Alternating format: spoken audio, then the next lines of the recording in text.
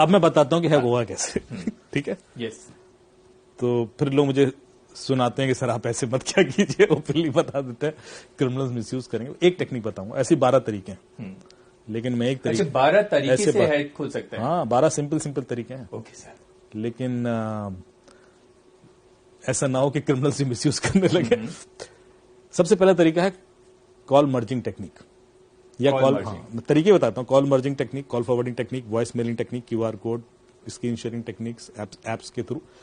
तो जो call merging technique है वो कैसे काम करती है, मान लीजिए आप मेरे मित्र हैं ही जी जी।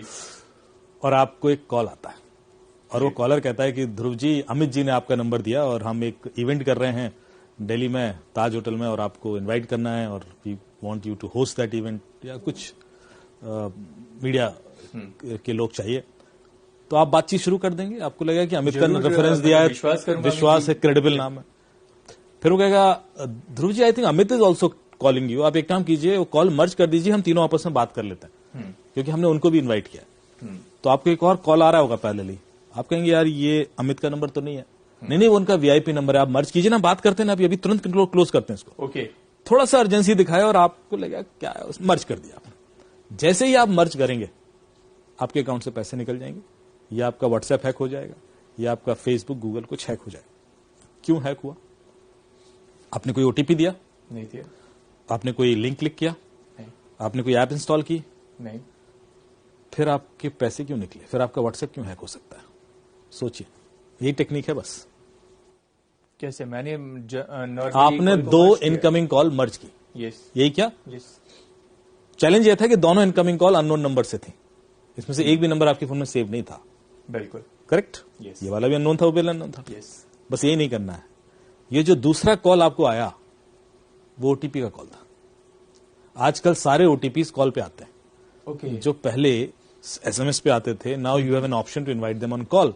व्हाट्सएप का ओटीपी कॉल पे भी मंगा सकते हो, yes. बैंक का ओटीपी कॉल पे मंगा सकते हो, गूगल का ओटीपी कॉल पे मंगा सकते हो, फेसबुक का ओटीपी कॉल पे मंगा सकते हो। तो जब वो क्रिमिनल आपसे बात कर रहा है, जो पहला कॉल है वो तो क्रिमिनल का है, वेरी क्लियर। उसने कहा अमित जी का कॉल आ रहा है, अमित का इस कॉल से कोई लेना देना नहीं है। तो दूसरा कॉल वो बैंक का है, वो बैंक के ओटीपी का कॉल है। आपने कॉल मर्ज कर दिया, जैसे ही आप कॉल मर्ज करोगे तो क्रिमिनल को ओटीपी सुनाई दे जाएगा। By the time you realise कि यार ये अमित क्या बोल रहा है, तब तक तो वो रेडी है ना अप्लाई करने को, कोड अप्लाई करेगा। ओके। तो आपका ओटीपी ही तोड़ाना है। बिल्कुल। उसके बाद लगता है कि आपने ओटीपी बताया नहीं, फिर भी आपके अकाउंट से पैसे निकल गए। तो एक और चीज मैं हमेशा बोलता हूं अपने अवेयरनेस सेशन में कि जितने भी आपने poster banner cyber safety awareness के देखे होंगे, उसमें लिखा होता है अपना ओटीपी मत दीजिए, ओटीपी मत दीजिए। आज सुबह से सुने जा रहा हूं मैं। बिल्कुल सर। रेडियो पे भी चिल्लाते रहते हैं। एक्चुअली कोई कभी ओटीपी देता ही नहीं है। अभी आप कितने भी केसेस देख लीजिए, कभी ऐसा हुआ कि आपसे कहा हुआ कि ध्रुव जी अपना ओटीपी बताइए, हाँ लीजिए ना, लिख लीजिए। अच्छा वो अपना पासवर्ड भी तो बता दीजिए, हाँ पासवर्ड भी लिख लीजिए। ऐसा होता है क्या कभी? नॉर्मली क्या अपना पासवर्ड मत दीजिए, ओटीपी कोई नहीं देता। 99.99% लोग नहीं देते। बहुत ही रेयर होगा जो शायद दे भी दे। ओटीपी एक तरीके से निकाला जाता है, एक कहानी होती है उसके पीछे, और वो कहानी जब तक लोगों को पता नहीं होगी, और वो कहानी सुनना चाहूंगा सर। वो तो निकलता रहेगा। जी बताइए।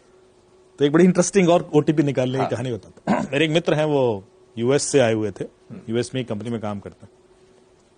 लखनऊ में थे, अपनी माता जी को थोड़ा सा तीर्थाटन करा रहे थे, घुमा रहे थे। तो शायद उस दिन उनको दिल्ली आना था, बनारस से लखनऊ आए होंगे और लखनऊ से दिल्ली आ रहे थे। तो फ्लाइट उसमें थे, एयरपोर्ट पर थे।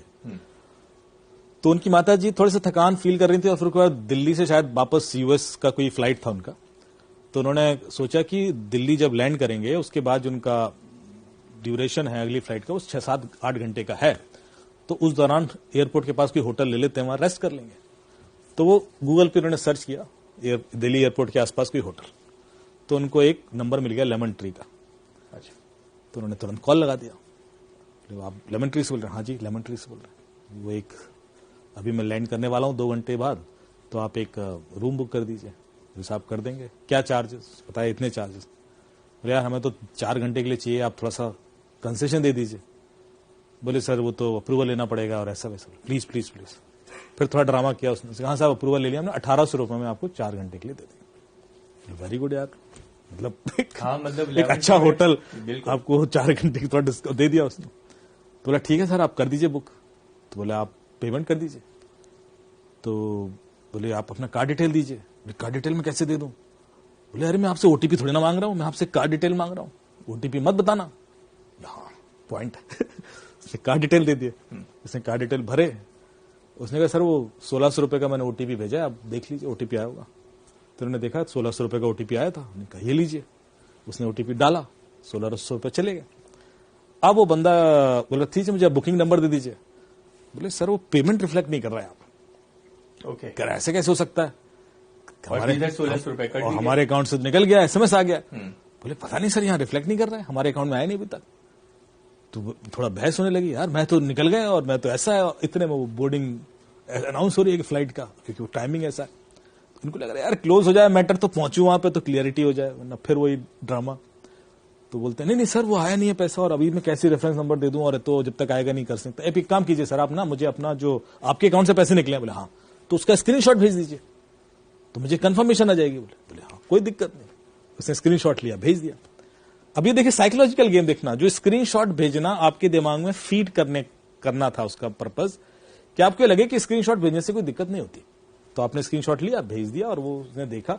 अब उसका रिएक्शन था अरे सर यू आर राइट, 1600 रुपए दिए आपने, आपके तो अकाउंट से निकले, अब तो यू एब्सोल्युटली राइट सर। मतलब कितना इमोशनल। अब आप देखिए हाँ, पूरा हर चीज नोटिस कीजिएगा। तो फिर मेरे अकाउंट में क्यों नहीं दिख रहा है, मतलब कहीं गड़बड़ है सर। आप एक काम कीजिए, हो जाता है कई बार सर ऐसा, आप 1 रुपए और ट्रांसफर कीजिए, क्योंकि कई बार क्या होता है वो पिछला वाला ना क्यू में अटक जाता है। तो 1 रुपए जब निकलेगा तो ये वाला भी एसएमएस आ जाएगा। अब पढ़ा लिखा आदमी है, सब जानते हैं कि ऐसा नहीं होता, लेकिन कम्युनिकेशन इतना डेंस हो चुका है, इंटेंस। तो उन्होंने कहा ठीक है साहब 1 रुपए और कर लेते हैं, 1 रुपए में क्या नुकसान है। तो उसने बोले 1 रुपए का फिर ट्रांजेक्शन किया। बोले सर वो ओटीपी आया होगा बता देना। तो इन्होंने देखा तो वो ओटीपी 16,000 रुपए का था। बोले यार ये ओटीपी तो 16,000 का है। बोले नहीं सर 1 रुपए ट्रांसफर किया मैंने। क्या बात कर रहे हो आप, मैं 16,000 क्यों ट्रांसफर करूंगा? अरे बोले नहीं ओटीपी 16,000 का। बोले नहीं 1 रुपए का, नहीं 16,000 का, 1 रुपए का। अरे आप स्क्रीनशॉट भेजिए सर। स्क्रीनशॉट भेज दिया। फिर दोबारा आप समझे नहीं बात को। पहली बार जब स्क्रीनशॉट भेजा था तो उसमें ओटीपी नहीं था, अब जो स्क्रीनशॉट भेज रहे हो उसमें तो ओटीपी है। आपसे सीधे सीधे ओटीपी नहीं मांगा, आपसे घुमा से स्क्रीनशॉट निकलवा लिया। बात तो वही है ना। तो पहली वाली एक्सरसाइज में उसने सिर्फ आपके दिमाग में डाला कि स्क्रीनशॉट भेजने से दिक्कत नहीं होती। जैसे ही दूसरी बार में स्क्रीनशॉट भेज जाओ, उसने ओ ये क्या कर दिया मैंने तो ओटीपी भेज दिया। तो उसने अप्लाई किया, निकल गए 16,000। ये तो फ्लाइट बोर्ड करने वाले थे। तो आप देख रहे हो टेक्निक्स कितनी सोफिस्टिकेटेड। हर ओटीपी के पीछे कहानी है, और ऐसी 12-13 कहानियां जो ओटीपी चुराने की ही है मेरे पास अलग अलग क्लाइंट से आती।